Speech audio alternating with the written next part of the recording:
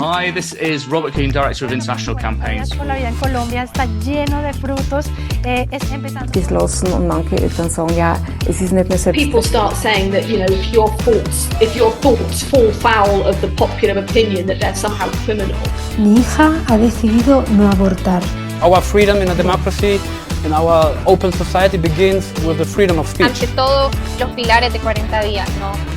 La oración, el ayuno, la yoga. So sometimes it's just a little thing that we have to do. So también dignidad, que son creados también por But Dios. beyond what we say, anything we do at 40 Days for Life, anything we say to defend the unborn, we do with love. Los bebés no tienen que ser abortados de una madre. 40 Days for Life International Podcast. El podcast de 40 días por la vida internacional.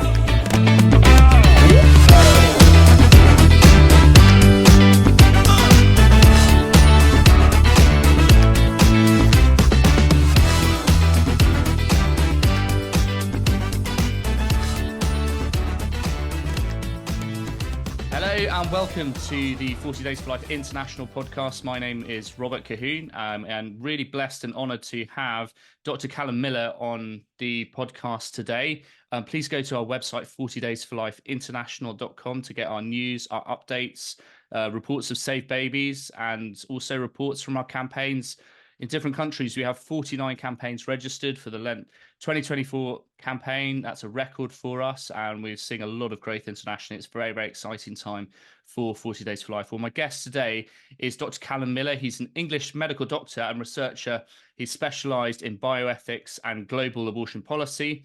He's been a researcher and a tutor at Oxford University, and he's been published in a wide array of academic journals on topics such as maternal mortality, abortion and mental health, beginning of life, basis of human equality, academic freedom, and topics in medical ethics and philosophies. And he's received accolades and prizes from Oxford University, the Royal College of Psychiatrists, and he also holds a master's degree with distinction in biblical studies. So he's travelled a lot internationally. He's been a leading international voice for life. He's presented research on abortion to lots of different politicians and professionals globally, from the Philippines Medical Association, the Association of Obstetrics and Gynecology in Uganda, the BBC, the White House, among others. And formerly, he was in favour of abortion. He was pro-abortion, like many of his fellow medical students and 95% of the UK. But his journey changed with radical change of heart at university, I believe, at a medical school. So he dedicated himself to following the science, research and philosophy that changed and compelled him to becoming an advocate. Calum, how are you doing today? I'm great, thank you. Pretty tired, but I'm good. It's really great to speak with you. And I know you've traveled a lot internationally, and you've done a lot of incredible work for the pro-life movement here in the UK and also internationally. I believe you've just been to America, is that right? Yeah, so I'm somewhat jet lagged, but yeah, it's a great place to see the pro-life movement really in action. Obviously, they've got a bit of an uphill battle at the moment with all the backlash and the misinformation about what's going on, but it's still in a place of such encouragement where there's so much going on and a lot of things and resources that can equip the global pro-life movement. So it was great fun. What do you make of the pro-life movement in America? I mean, just kind of some perspective, and what can we learn, especially in the UK, from what's happening over there? Well, I think it's really like nothing else that I've seen in terms of the resources put behind it. So I often estimate that the resourcing in terms of finances and things put into the American pro-life movement is probably 95% of the entire world's pro-life movement. Like, it really is that sort of proportion. It's incredible to see. Of course, they still have this real fight on their hands with all of the sort of institutions against them, from the media to the healthcare institutions to half the politicians and many other important and powerful people. So I don't want to pretend that everything's going fine there and that it's easy, because it's certainly not. But at the same time, I think it is a source of real encouragement for those of us around the world who want to see really significant change, because if any movement has the expertise and investment and passion to be able to turn a country around on this issue, then I think it's the USA. And so they're doing a wonderful job fighting. There's a long way to go still, but I think that we can get huge inspiration from them. Oh, definitely. Well, that's been our story with 40 Days for Life, and we've, followed the same campaign for 14 years now and taken a lot of inspiration from the US. But, we've also contextualized the campaign and the movement in the UK. We've made it relevant and applicable here. So 95% of the resources, yeah, I mean, the American pro-life movement's huge, and the rest of the world is like a tiny representation in comparison to that. Tell us a bit about your personal story. So I'm really fascinated about how you became pro-life at medical school, and what was that like, and what was that journey like for you from becoming sort of pro-abortion, but then pro-life, and especially in the medical field where, pro-lifers might not always be so welcome. Yeah, so as you said in the introduction, 5 to 6% of our country is pro-life. So I just had the prevailing view, which is that abortion is fine up to a point, and then after that point, it's not okay. And also, like most people in our country, I'd kind of come to the view that the current limit of 6 months for an abortion is too high and it needs to be reduced. But I thought, within the first trimester, perhaps it was okay and there was nothing wrong with it.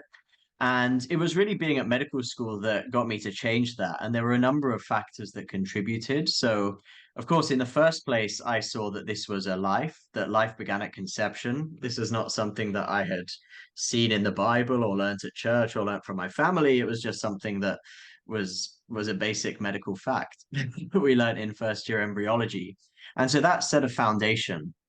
And so the question that I then had to ask is, when we talk about human equality, do we really mean that every human is equal or only some? And if we're really committed to human equality in full, and we say that every single human being is equal, then the fundamental question is, when does life begin? And because I had learned the objective fact of that in first year, when I began to realize what this actually meant, there was really no other conclusion that other than to be pro-life. It just is the combination of two positions, that every human is equal and has the same fundamental rights, and life begins at conception, which is just basic biology. And so there are, of course, a number of other things that were nudging me in the right direction. I saw the impact on women. I saw what abortion actually involves. I had a lot of philosophical arguments with friends trying to explore different sort of ways of escaping the pro-life view. And I tried to escape it, but in the end, it was really the obvious conclusion from those two basic kind of ideas, which most people claim to believe in science, most people claim to believe in human rights, but the pro-life view is really just putting those two and two together to make four. And so, there were some occasional points that really reinforce this. So when I was working in obstetrics, there was a time when we were doing a C-section on a woman who was giving birth to twins. And this kind of just reinforced the craziness of the idea of birth being what makes us a person, because it's kind of surreal when you do a cesarean section. You think it's more technical than it actually is. You really are just kind of pulling the baby out. But there was a point where we had pulled one baby out and the other baby was still inside. But I could see the baby inside. It wasn't kind of hidden from view. We could see it. We just needed to pull it out. And it just seemed so crazy to me that this baby that we had just pulled out was a full human being with full human rights, just like anyone else. And yet the baby that was still in the womb, the same age, the same development, looked the same. That baby's sister had no rights at all, really, because they were still inside the womb. And so this just reinforced to me just how crazy it was that we say birth is the point at which everything matters, because you could see as a medical doctor, or even just anyone who opens their eyes, that the baby is the same before and after birth, and that birth doesn't really make a difference to that. Well, absolutely. And so it was very much a cerebral journey of logic, of reasoning, philosophy, of understanding, textbooks and medical studies, but then actually your medical practice that made you see the kind of understanding. And I mean, we've had a lot of controversy at university just recently with a lot of Manchester students protesting outside one of the pro-life meetings there. Did you feel kind of uncomfortable sharing pro-life views, part of your medical training, or that wasn't a problem at all? Did you sort of publicly advocate your pro-life views at university? I did, and I probably if I was normal, I would have felt uncomfortable because it certainly wasn't a popular position, and I could Yeah, have got in trouble for it.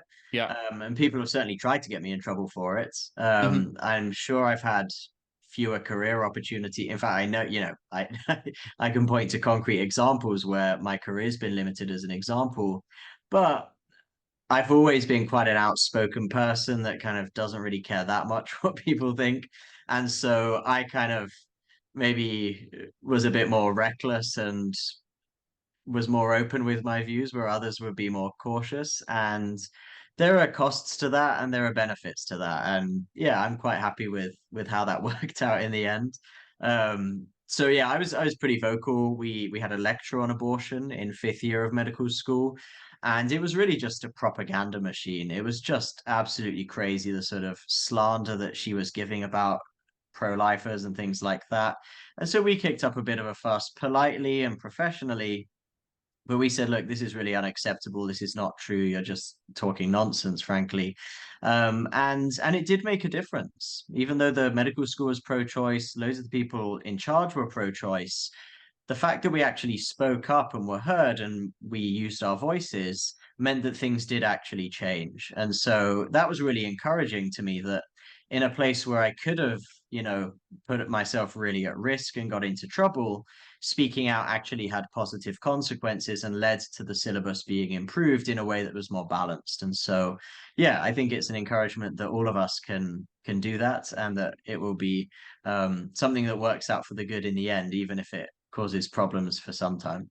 So you qualified from medical school, and then how did you get to sort of becoming a pro-life activist today? What were the next steps in your journey, and how have you found sort of like debating on the mainstream media in the UK, and what was it like debating Am480 and people like that? How have you find those? Do you enjoy this kind of public debates where you thrash out with opponents different ideas and the academic rigor that comes with that?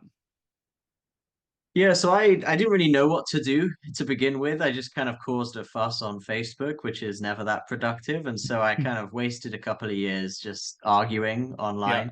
And then after a couple of years, I thought I should really do something about this. I should really try and have an impact. And so I got in touch with a couple of the pro-life organizations in my country. Hmm. I began to give a few talks in a few different places. I really just began to kind of think about this more carefully and begin as a speaker.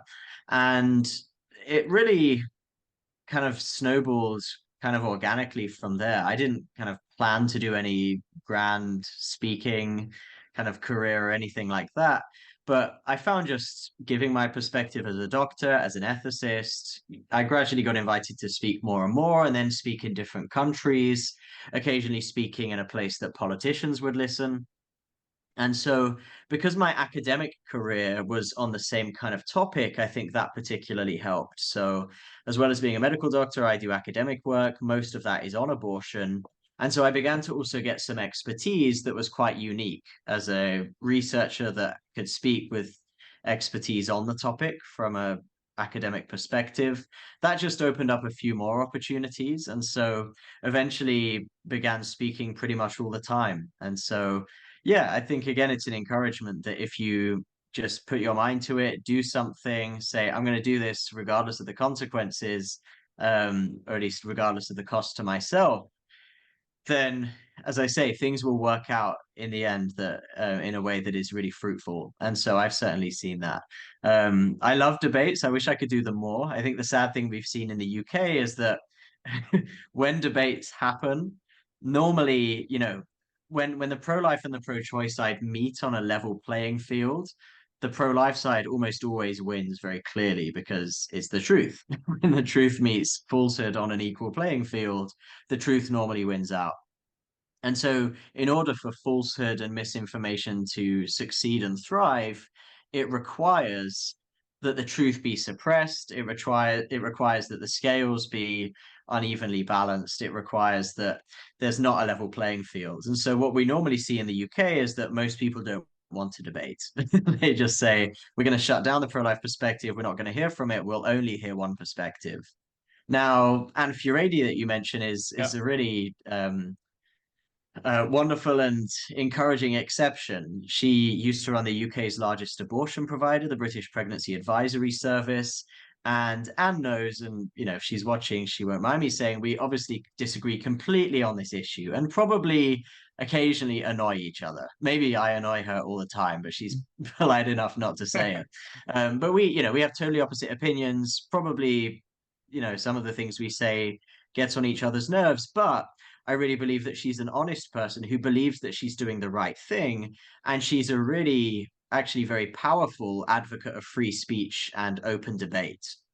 And so I've really enjoyed my conversations with her. I think there's actually a lot to learn from her because there's only so much you can learn about abortion as, someone kind of on the outside who's not doing them or involved in the abortion industry. Whereas Anne has been involved in that for many, many years. And so I think actually has a lot of insights that pro-lifers can learn from. And I've certainly learned a lot from her.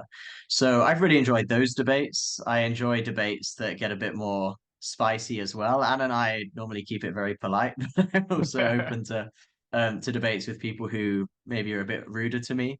I can take that normally. So yeah, it's a lot of fun. I think they're great opportunities, and I'm sure Anne thinks she wins the day in the debates. Naturally, I think I come across slightly better and make the case a bit better.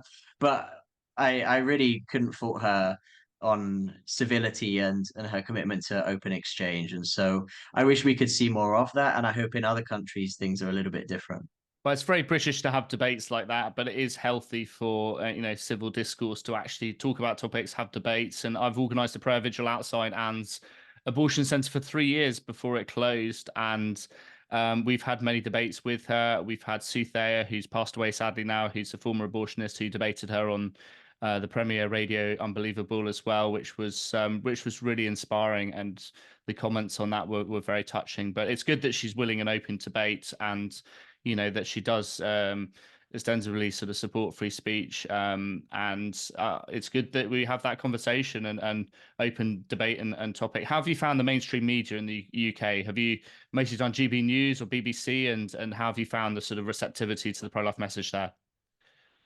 Yeah, I think so. I've done a fair bit of media. I don't do loads. It normally comes up as a kind of touch point every now and then where there's a big story. I might do one or two things and then nothing for months and months. So I'm not regularly doing it, but occasionally I do.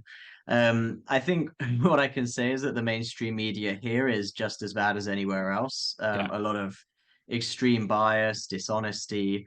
I don't think there's too much point complaining about that unless we have an action plan. So, if the same is true in your country, don't just complain, but also think, what could we do to reform this? Are there ways that we can leverage the politics to make sure that the media is more open, more fair, more neutral, and so on?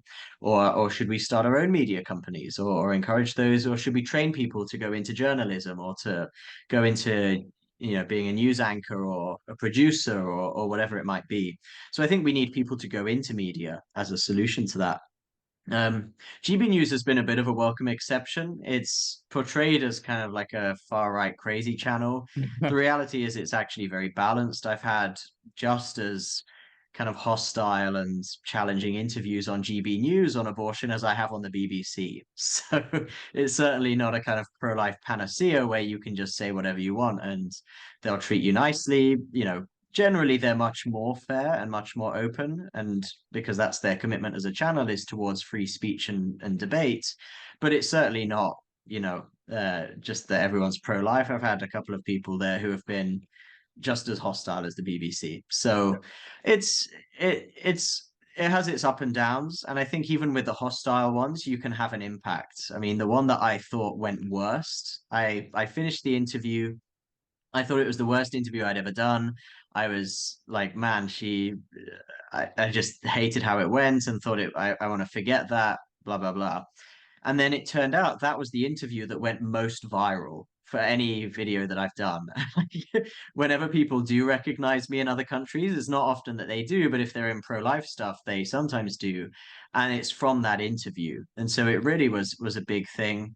And it was the one that I thought went the worst. And so that was a real encouragement to me that even when you think you've done badly, you actually probably did better than you think. Now, that's not to say you can just go on and say whatever you like and you probably did okay. It does take a lot of practice, a lot of refinement, a lot of feedback, constructive, honest feedback from people that you trust.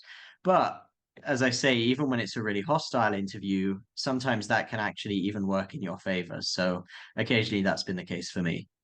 That's right. Well, Callum, you're a real gift to the pro-life movement in the UK. Not only you've got the sort of scholarly background and writing articles, then you've also got the international travel and the international experience, as well as the media experience as well. And we're in dire need of revival. And what do you think the pro-life movement in the UK needs right now? What would help? What would galvanize change? What would help, both sort of politically, professionally, organizationally, spiritually? What are the things that would really make a difference for the pro-life movement in the UK? And how do you see your role in helping to fulfill those objectives?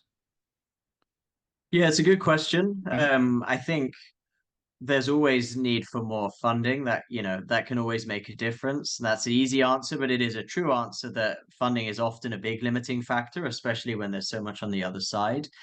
I think we need people in strategic positions. So what the other side has done very well, not just in the UK, but everywhere, is to create pipelines basically into institutions like the health service, the civil service, the media industry, everywhere that you can imagine. And they've basically trained people up to go into those industries and to get into positions of influence where they can shut down the pro-life perspective. And so that's why you see, everyone knows the BBC, for example, is extremely politically one-sided on a whole number of issues behind the scenes.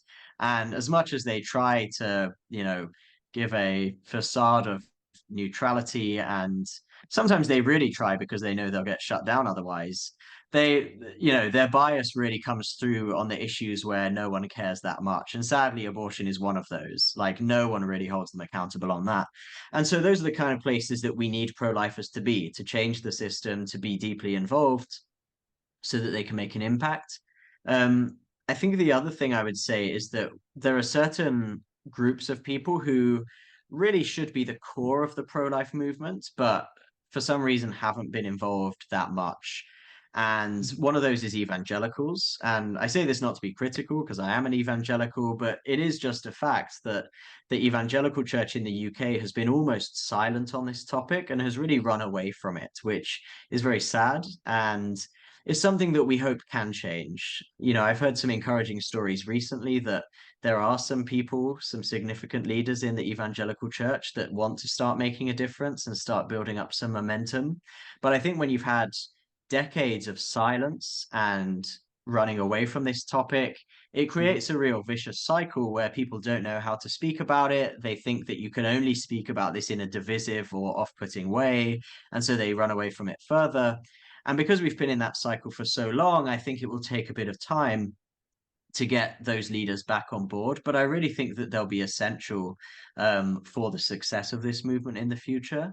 And likewise, I think there are other religious groups who could make a huge difference that haven't really been involved in the movement, whether, for whatever reason, maybe a lack of invitation, maybe a lack of awareness of it. I don't know. But one example is the Islamic community, who that most people don't know what Islam teaches on abortion, and they get a lot of misconceptions and things. Islam is basically against 95 to 99% of abortions, depending on which scholar exactly you follow. Now, obviously, that's, there's only a minority of Islam that is kind of fully pro-life, as Christians would be. But when you look at it from a Western perspective and you're sort of categorizing people into two main camps, pro-life or pro-choice, Islam clearly falls much more towards the pro-life end than it does towards the pro-choice end.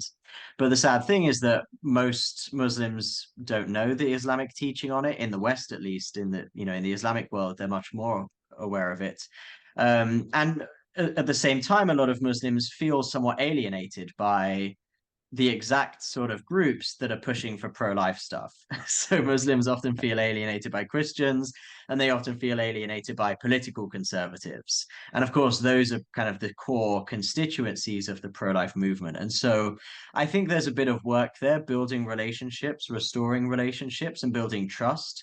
But I think that that can be done. And I think when you look at the increasing population of Muslims in the UK, I really think that there's a significant opportunity to say, look, we disagree on some very important things and, some profoundly important things, but there are also places where we agree that we can make a positive impact on the values of a society. That's certainly not every issue, but it is the case when it comes to the protection of unborn life on the whole. And so yeah, I think, ultimately the UK is a very unchristian place. It's only a tiny proportion Yeah. of us that are Christians. And if we want to make real progress on this issue, inevitably that's going to involve working with people from a load of different faiths or no faith. And so I think really we need to be thinking very carefully about how we can do that in a more robust way.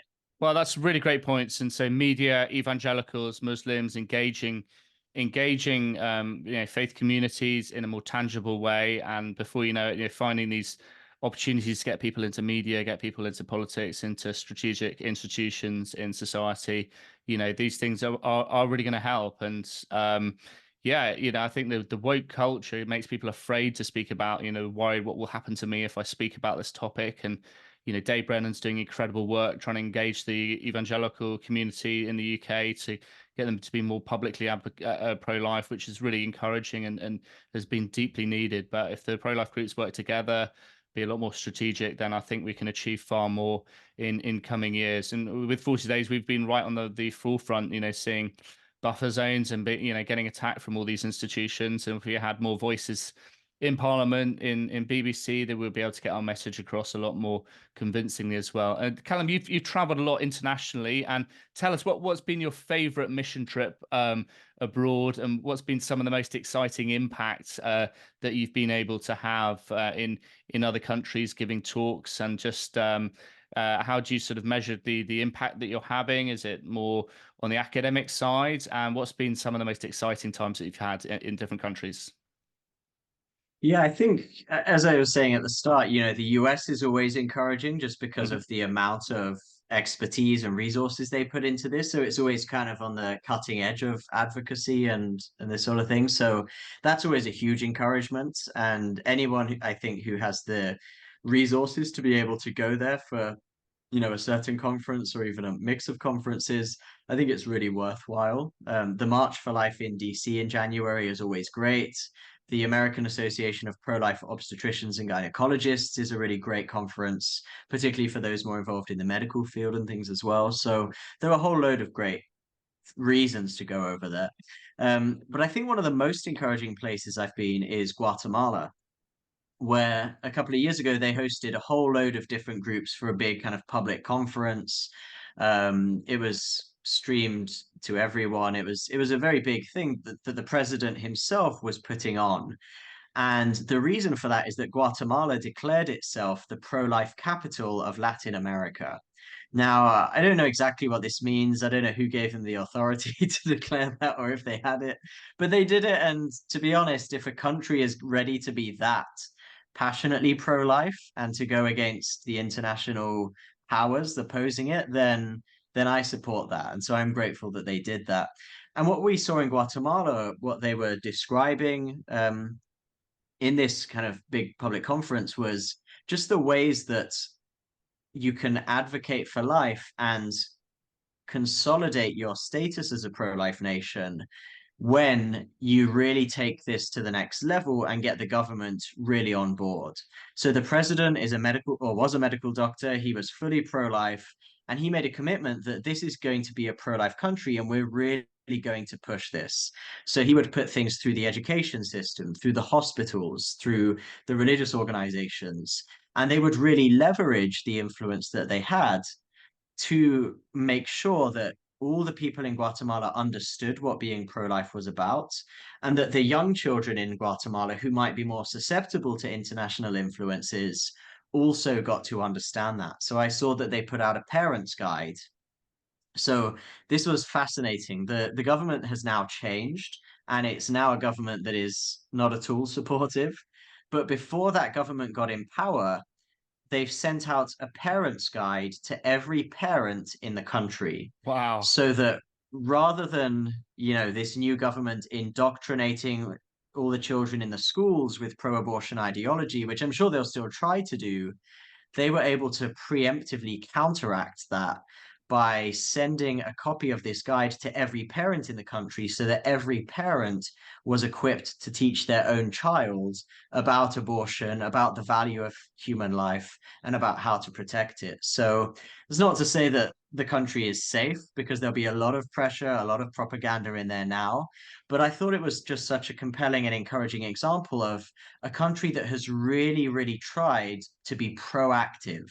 It didn't just sit back and say we're pro-life and that's not gonna change for a while. They said, look, we know we're under pressure, and so let's be proactive in training the young people and teaching the young people while we still have this influence. And so to me, that was really cool to see in Guatemala. That's incredible. And just, it's just light years away from the UK, which is staunchly pro-abortion, and all the institutions are spreading, pro-abortion propaganda everywhere.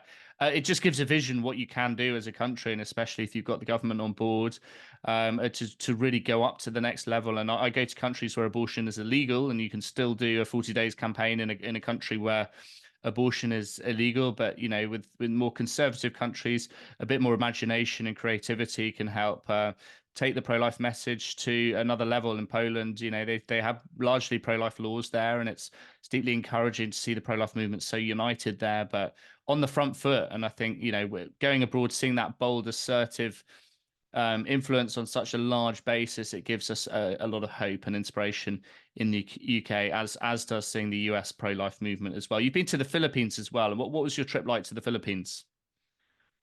Yeah, the Philippines was great. And one of the things that was really encouraging there was that there's such a huge movement of both Catholics and evangelicals. Now, I know there's a significant Muslim population in other, I was only in the capital. In the other parts, there are more Muslim dominated areas. And it was just really encouraging to see that all of them were very passionate about life and really willing to use the influence that they had to support that. And so, I gave a few talks at universities and things, and I spoke at some churches, and it was a great example of a country that has such a concern for vulnerable people. I think that was one of the things that was especially sort of encouraging. So, I because of because there are so many challenges that Christians or pro-lifers face in Western parts of the world, they sometimes sort of have to limit their sort of political advocacy or limit their public advocacy to a certain set of issues just because there's so much going on. And so it's kind of easy to accuse us of being, only caring about the unborn child and not caring beyond that. Now, of course, that's not true, because even when we do just work on abortion, there is so much that goes into supporting mothers in difficult situations and providing for them. So we know that that's true. But the Philippines was so fascinating to see how the Christians and Catholics and Protestants were just so dedicated to improving society in every way. It wasn't just like they had picked a few kind of controversial issues and they were fighting on that. It wasn't like they were just doing abortion and then also some work, helping support vulnerable families. Any issue that you could think of, any problem that came up in the country, whether it was a national problem or even a local problem, there was just such a heart for healing the country and for serving the vulnerable and for looking after people that needed protection. And so the pro-life stuff, it hasn't been a huge debate in the Philippines. Occasionally it's come up in one form or another, but it's, almost everyone there is pro-life, and it hasn't been a major political debate in that sense. So in that sense, the topic was somewhat new to a lot of the people that I spoke with, but it just fitted so naturally into what they were already doing, because their whole lives were just dedicated to protecting the vulnerable and making society a better and more comfortable and habitable and hospitable place for anyone, and especially the most vulnerable people in society. So in that sense, it was really beautiful to see just how well the pro-life message slotted into that, because it was just one more thing that they could take on that supported vulnerable people. So yeah, I love the Philippines. I hopefully will go back before too long, but it's really encouraging to see what's going on there. And I was really struck in the Philippines, just the poverty is very much in your face, but the scale of Christian ministry, you know, there was one street children organization that set up 20 centers all across the country. Couples for Christ is another enormous Christian ministry as well. It's the largest Christian country in Asia, and so the scope and impact, and you know, they've got pro-life laws there, and there was a divorce bill going through at the time. You know, the authenticity of people there was very deep, and yeah, it's like they're very early stages at the moment. We hope to get a 40 days campaign up there, up running in the Philippines soon, and one step at a time. But it's great to see a country that has, you know, intuitive pro-life values. You've been to Canada as well, which is quite the opposite end of the spectrum. What was it like being in Canada with the pro-abortion kind of culture there, kind of right at the other end of the spectrum to the Philippines? It was, yeah. I was actually in Canada when Roe v. Wade was overturned. Wow. Okay. So that was interesting. Yeah, it I had a was in probably Ottawa, hysterical reaction to it, I'm sure. So well, it was interesting because I was in Ottawa, the capital, and I was at a conference pretty much by the Parliament and very close to the US Embassy. And we just finished the conference and we went down to a pub to get some food for the evening, and the US Embassy was on the way. And I kind of expected, you know, this is Canada, this is the capital city, extremely progressive, pro-choice, etc. Some of the biggest news in their neighboring country, well, the biggest news on abortion in their neighboring country for 50 years, and it was something that they didn't like. So I expected like a massive protest, and I went out there, didn't really see anyone around the parliament, went down to the US Embassy, and there were maybe like 30 people. And it was just kind of fascinating because it was like they were mostly men, and it was like men with signs like "Get your rosaries off my ovaries." It was completely unintelligible. I had no idea what was going on. But it's kind of a good example, I think, of the state into which Canada has kind of sadly devolved over the last 10, 20, or however many years. So, um, Canada, yeah, I think it's easy for those of us in other countries to kind of just laugh and commiserate over Canada because they've had, you know, so many years of this complete clown in charge. But there's actually a lot more hope for it than you would think. Like, I think the Canadian movement has actually a lot more going for it than the UK does. And, you know, it's very likely that they will have a conservative government next, which, you know, I think they're 15 points ahead, I think, in opinion polls, something like that. And look, it's not going to be anything like the Republicans. It's not going to be a properly conservative government because it's somewhat similar to the UK, where the conservative government just means slightly less to the far left than the other parties. But there are some very good people in there, and some of the organizations have done an incredible job getting pro-life people elected into the Conservative Party. So while in the UK we have a small minority of the Conservative Party that is pro-life, actually a significant chunk of the Canadian Conservatives are. Now, that doesn't mean they're going to be able to, you know, fully protect unborn children in, you know, when they get elected. There's no chance of that happening. But I think they can make significant progress. And they have some really wonderful people, both in the politics and in the grassroots, who are able to make a difference. And so, yeah, I spoke at the March for Life there. I had a wonderful time. It was hugely encouraging to see how many people attended. Just as an indicator that the government was so hostile that for the March for Life, they gave half of the Parliament Square to the pro-choice counter-protesters. And there were about 50 of them compared to thousands and thousands of pro-lifers. And it just looked bizarre because it was like half the Parliament Square was completely packed and the other half just had a string of people lined up, kind of like skeletons, like against the fence separating them. And so, you know, the government was particularly spiteful. They shut all the public bathrooms anywhere nearby Oh so that wow. we had to just kind of hold on for hours or go through something that we didn't want to go through.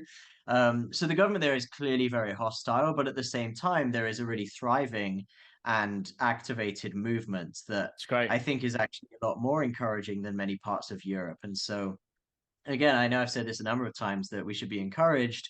I actually think that even in Canada, there's Let's signs of hope. hope. And I think if there's signs of hope in Canada, then I think that can give us hope for pretty much anywhere. So yeah. Absolutely. Well, I spent a year as a missionary in Canada 15 years ago for a youth ministry, and that's where I came across 40 Days for Life. And yeah, there's hope in Canada, then there's hope anywhere. So it's I know there's lots of conservatives who may not be represented in the political sphere, but they do exist there, and they are significant portions. So if there's more political influence in the future, as you mentioned, if the Conservative Party is elected, then maybe some of the crazy extreme abortion laws will be overturned over time in Canada. Tell us, Callum, about your contribution towards apologetics. I know you've got a sort of question and answer guide as well. It's I absolutely we've got a book, What to Say When, with 40 Days for Life, which is a brilliant guide to apologetics, and it's just been another wing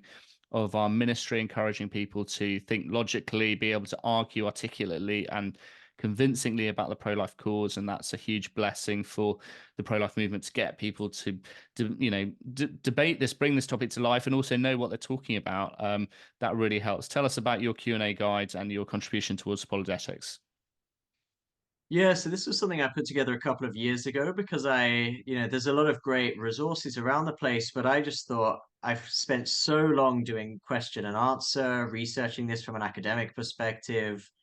I just thought it would help to have a place where you can get all the answers in one place. And so I've tried to kind of put together as many questions as I could think of about abortion and just try to answer all of them with all of the citations and references. So the hope is that we'll turn that into an app. We're hoping that it will be something that anyone can just have on their phone and just get any answer they need whenever they need it in any conversation. And so it's really there to equip every pro-life person to become an expert advocate. There's only a few people that go around giving talks and things, and most people in our society never go to a pro-life talk. They're not going to come and see me speak, but they will have conversations with their pro-life friends. And so I thought it's so important that every pro-life person becomes an advocate themselves and they're equipped to do it. So the point of this was really to do that equipping, to give all the answers and all the references that people need. And so I don't want to pretend that this is just a case of, intellectual argument, that if you just have the right arguments, everyone will be convinced. We know that this is a very emotive topic. There's a lot of sensitivity that goes into it. And the reality is that most people have not become pro-abortion because of reasoned arguments, and they're not going to stop being pro-abortion because of reasoned arguments. It's usually something to do with a personal experience or an encounter or someone they know or an emotion or something like that. But there are people that will be convinced by the arguments.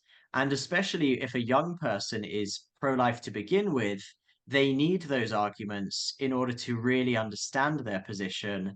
And, when they're challenged in school or when they're challenged by their friends, they need to be able to have the confidence to know that they're right.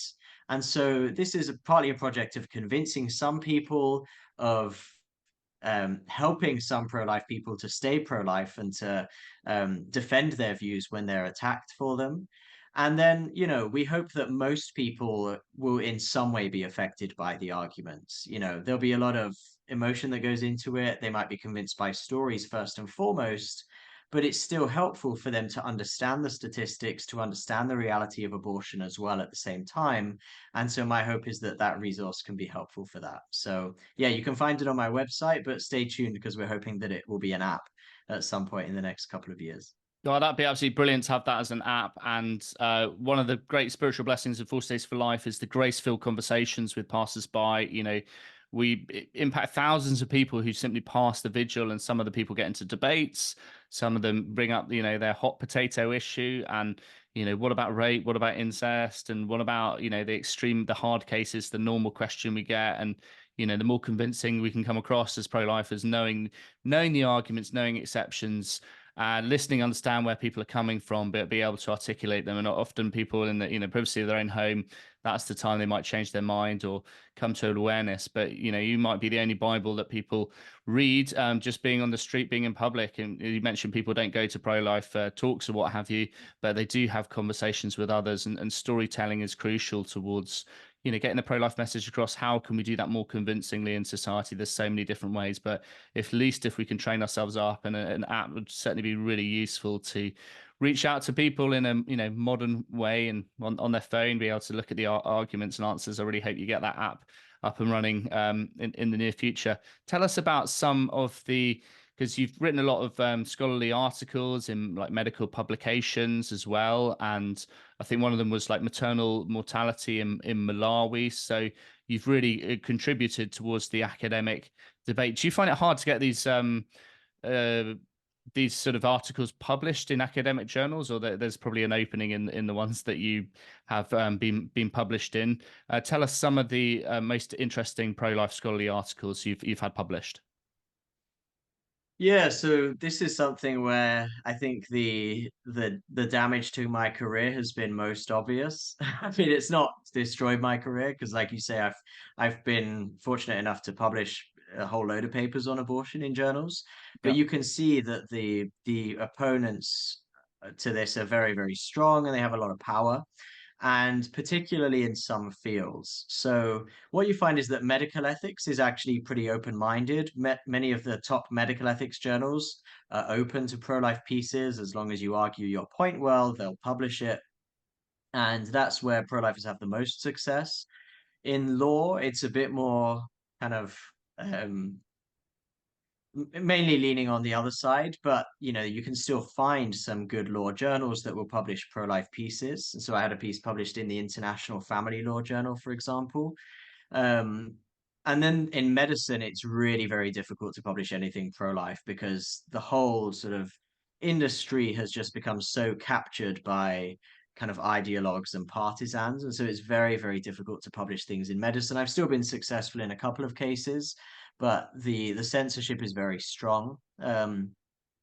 Incidentally, I've actually published an academic paper about academic censorship of pro-lifers. So that's one that might be interesting to That's great. explain some of the dynamics at play. So that's in Issues in Law and Medicine. It's about telemedicine abortion, but it has a whole section on academic censorship, and we've seen a lot of that.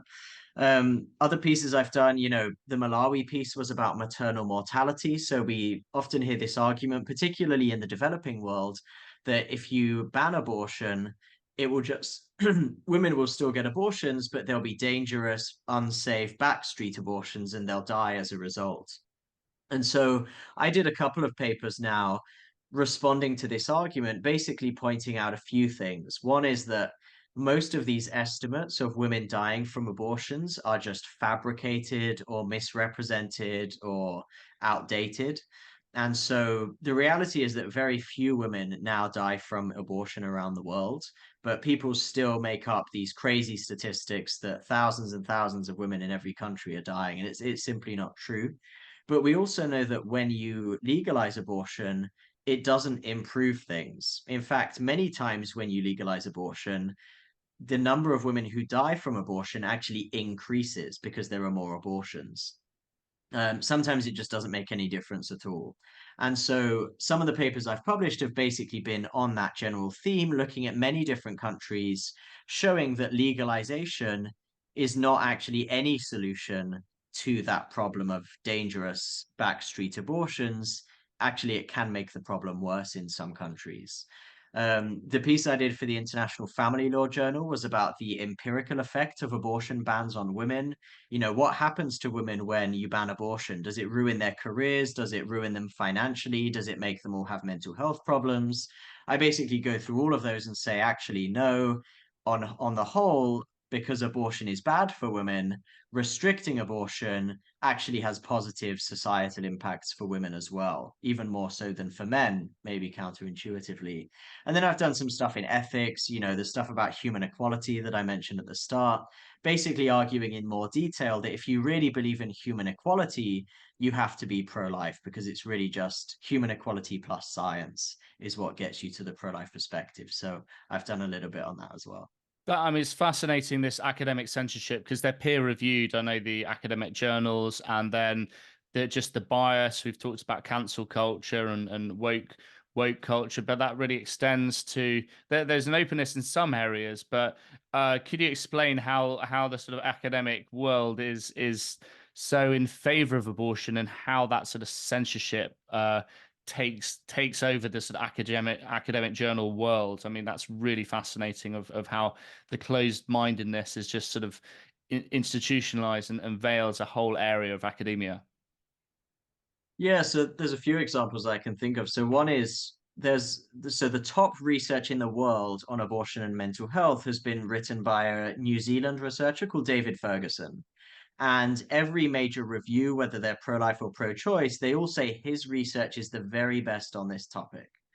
And all his other research is easily published. He said, we did this one big study of all sorts of different issues with this one group of children from New Zealand that we followed from pregnancy all the way up to adulthood. And he never had any problems getting his papers published. And then he tried to publish one on abortion. He said, what about all these children that have gone through our study for 30, 40 years? They've grown up. Some of them have become pregnant. Some of them have had abortions, etc. And what happens to their mental health afterwards? And despite the fact that he is pro-choice, all his research on other topics was easily published, and everyone agrees that his stuff on abortion and mental health was the best research in the world. Suddenly he couldn't get it published anywhere. And in fact, there was a government committee that asked him not to publish his results in case pro-lifers used them. So they explicitly asked him not to publish them.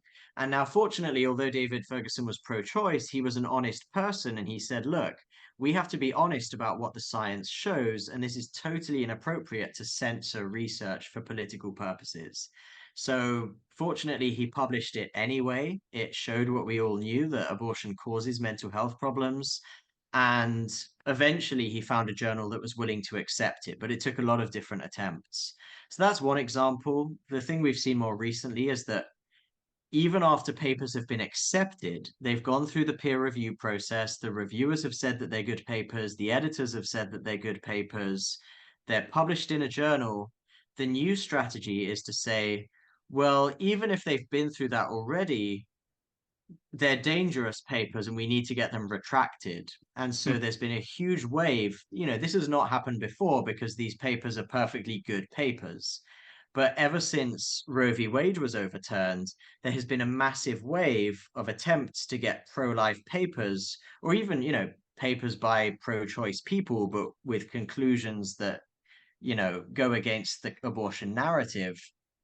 There's been a wave of attempts to get these taken out of journals, trying to ruin the researchers' reputations and so on. As an example, there was someone who was boasting the other day at a conference about trying to get one of my papers retracted. They said, we wrote to the Ethiopian Medical Journal, tried to get his paper retracted, but we weren't successful.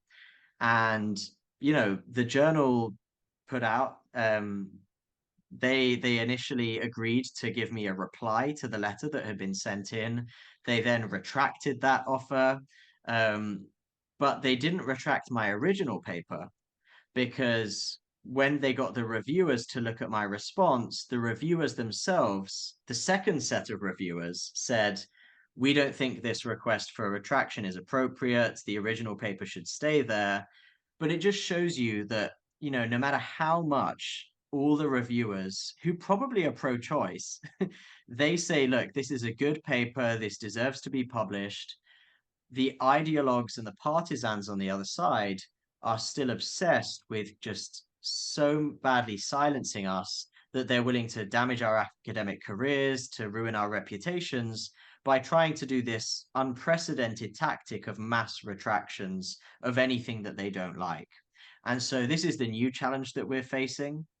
Is coming to a lot of legal challenges and things at the moment, but it's a really worrying trend that we're seeing, that I'm sure if they set a precedent with it, it will extend to other issues. And so all sorts of issues, researchers will have to not only publish their paper in the first place, but then spend the rest of their lives fighting political attempts to get it retracted. And so it's something that has a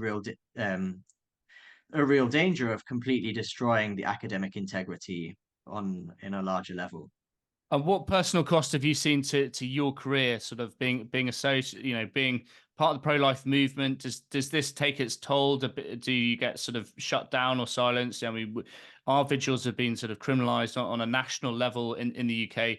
You've mentioned it, it does take a toll, it does take a cost. What does that look like in reality? Yeah, I mean, as a simple example, one is just this these retraction attempts, which they don't ever try on the other side, and most researchers are not subject to this sort of politicized Yeah. retractions. Um, Even then, after that didn't work, they then ran a piece in a major national newspaper criticizing my paper and trying to ruin my reputation. So they really go for that. I don't try and go for prominent positions or Yeah. paid jobs in academia, because I just know there's no point. My publication record is pretty much as good as anyone's at my stage of my career. Even despite even despite the difficulty of publishing anything with a pro-life sort of implication. And but I wouldn't even try to get a position, because it would just be pointless. I've had a whistleblower from a top medical journal who wrote to me and said, look, we want to publish something of yours on our blog. And then once we had got that into shape, they had edited it, we were ready to publish it on the blog. The editor of the journal kind of intervened and said, actually, we don't want to publish this anymore. So they cancelled it after there was an original editor who wanted it, and then the editor changed, and the new one said, no, we don't want it, after their own team had gone through all the effort of editing it and so on and approving it. And then I was told from that same journal that I'm totally blacklisted. Like the editor would not accept anything I wrote on any topic. Wow.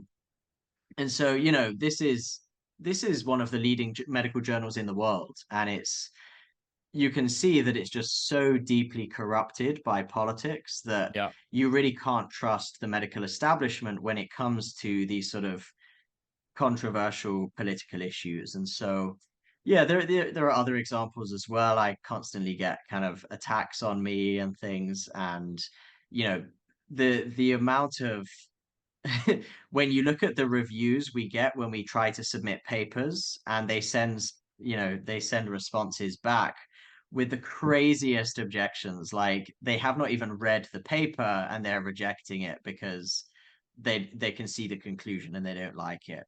Whereas you see the sort of quality of papers that get published on the other side, you get the worst papers you can imagine that have no methodological rigor at all. They're just complete rubbish from an academic standpoint, but they get published in the top journals because it has the right narrative. And so, there are, tons of examples that you could give of that, but it's really becomes very evident when you actually work in this field. Yeah, we can really see the clear censorship, and we've had the same with buffer zones for many years now. So what message do you have for 40 Days for Life leaders and volunteers, and particularly about taking a pro-life message to others, which, as a leading international voice for life yourself, you've specialized in with journals and apologetics as well. What message do you have for our leaders and volunteers? Well, I think what I mostly say is just be aware of how much difference you can make. What I often say to people is that there was a study done a few years ago, not a formal one, but an informal one by a very top kind of public health expert, who calculated the impact of a doctor over their career. And we think of doctors as being, people whose job it is to save lives. And if you asked, who saves more lives than anyone, a doctor would be the obvious guess. And he estimated that actually the impact of one extra doctor in England or the UK is to save, I can't remember the exact amount, but I think it was maybe 20 lives, possibly even less than that over their career. And so, doctors do save lives, but the impact they can make is actually relatively small compared to what you might expect. Now, you can meet people who have been outside of an abortion clinic, who have just, spent their spare time, let alone their career. They spent their spare time on a weekend, maybe a couple of hours a week, just doing that. And many of those people have saved more lives their weekends in their spare time than the top doctor does in their lifetime. And for me, that's something that's just hugely encouraging, that you might not think it has a huge impact, but you can make a huge impact. If you save just one life, you have saved the entire world for that one baby, and you have given them the world. And so we know that it can make an impact. The reason the pro-abortion side spent so much of their political energy and political power on fighting for these censorship zones is because they know that they were losing business. It was an economic decision. They thought if they spend money fighting for these exclusion zones, they will save money in the long run because they will be able to do more abortions. And so I think that is really a testimony to the volunteer work that people like 40 Days for Life are doing, that you really do make an impact and you do make a difference and you save many, many lives. And so I would say be encouraged, because you can make a huge difference if you really think about what you're doing and spend some time and spend some energy going into saving lives. The place that you can save the most lives in the world is in pro-life work. And so I hope your listeners are encouraged to do that more. Well, Calum, it's been a real privilege and honor speaking with you today, and thank you for your expertise. Thank you for your service to the pro-life movement, and you are a real gift to the pro-life movement, and we're really honored to have you in the United Kingdom serving pro-life efforts and being a leading international voice for life. So you have left us with a lot of food for thought during this interview. Thank you so much. You've been watching the 40 Days for Life International podcast.